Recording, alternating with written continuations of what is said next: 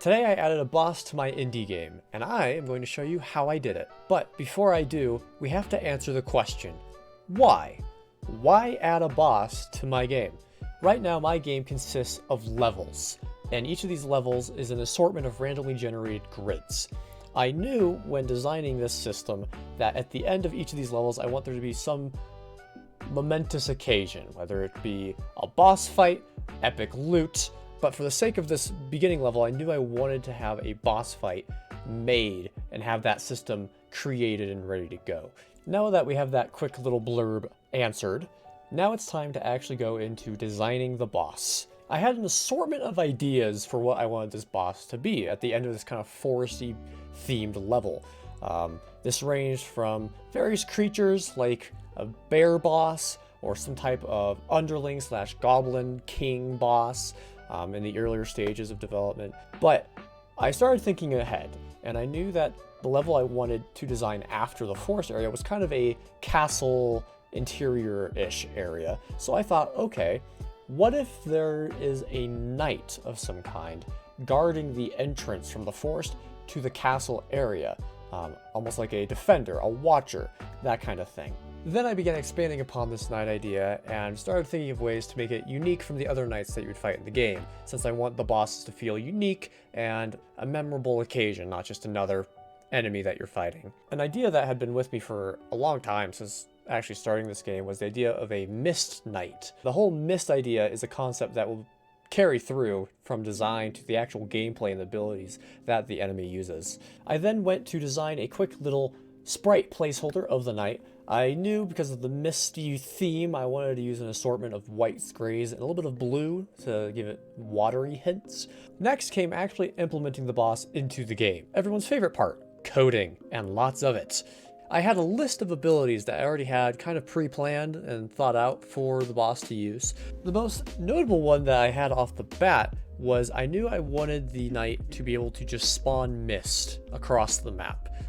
What the mist would actually do mechanics wise I wasn't quite sure, but I knew I wanted him to be able to use that mist to teleport across the map. So if the knight was in mist, he could teleport to another mist pocket on the other side of the map, which just gave the knight a whole nother level of versatility and maneuverability against the player.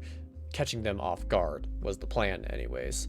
I knew the knight was going to be at a disadvantage purely because the players would have more opportunities to attack and would have more players to move against the boss. So I ended up giving the boss a type of ranged ability, so it can only do it every so often. Its main attack is melee, where it will just go in and stab your characters for lots of damage, but adding this ranged attack kind of gives it another option to do that lets it be a little more defensive, which can throw off the players a little bit. There's still a lot of interesting ideas I will possibly add to the boss. For right now, I'm just sticking with these two just to get it implemented and working. Now with the boss implemented and working successfully, it was time to give the player a reason to fight the boss. Now obviously they'd have to fight him to progress to the next level, but I wanted there to be a little more to that than just, oh, continue playing the game. So I ended up adding unique loot that the boss can drop upon killing him. He'll give you one of 3 possible powerful magical items to enhance your team. This ranged from his spear to his armor to kind of like a talisman that would give you, they'd all give you special abilities and perks. And I think I'll keep this theme throughout the game, where each boss will drop unique loot to them, while the chests you find throughout the level will give you randomized loot. I think this just, I like the theme of dropping its own loot. I think it's cool, so we're just gonna keep it. Now that I am working on making the game more difficult and adding large challenges like these bosses, it was time to buff the player's side of things. So the most notable change from the last devlog is there's now a party system implemented into the game. So as you roam across the levels, you might stumble across NPCs who might want to join your party and help you fight your enemies. The most notable one right now is I added an archer friend. There's plenty of ideas for other NPCs to add later down the road, but right now, just an archer friend that you can find sitting at a campfire who will aid you in your quest.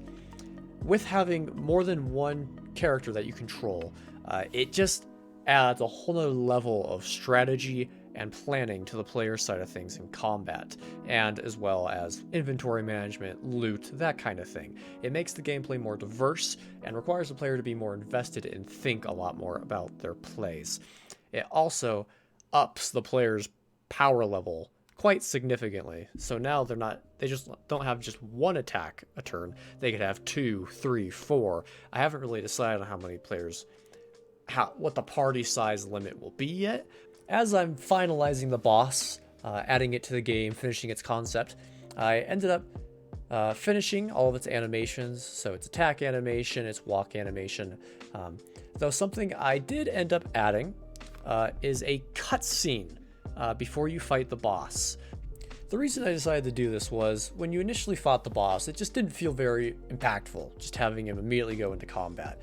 I wanted there to be a little more of an entrance to the boss.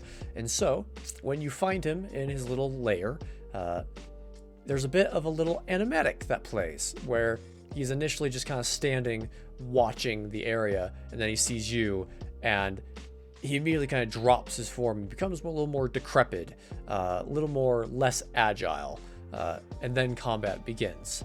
I really liked this concept of the cutscene and it becoming a little more decrepit. Maybe it's an older knight, maybe he's injured, I don't know. What are the lore implications of that? But having this cutscene really added a little bit of impact to the moment, because there's nothing else like it in the game thus far.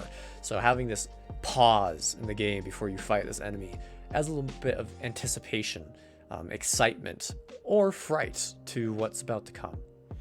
And there you have it. That is my entire process for making my first boss for my indie game. From the why am I adding it, to the design, to the abilities and the implementation, to the rewards, to the cutscenes and making it feel unique and special. This is it. I hope you enjoyed. It was a blast adding this guy to the game. I hope you enjoyed the devlog, explaining my process. There are a number of very exciting announcements coming up here in the near future for the game, and I'm very excited to announce those, but not yet. So please do stick around. Presence does have a Steam page. If you want to go wishlist it, that'd be greatly appreciated. If you want to like the video or subscribe, that would also be pretty awesome. Any support is greatly appreciated. But with that, that will call it for this devlog. There will hopefully be more videos coming out soon, as it is winter break, and I actually have time to do things now. It's crazy. So, hope you guys enjoyed, and I will see you all in the next one.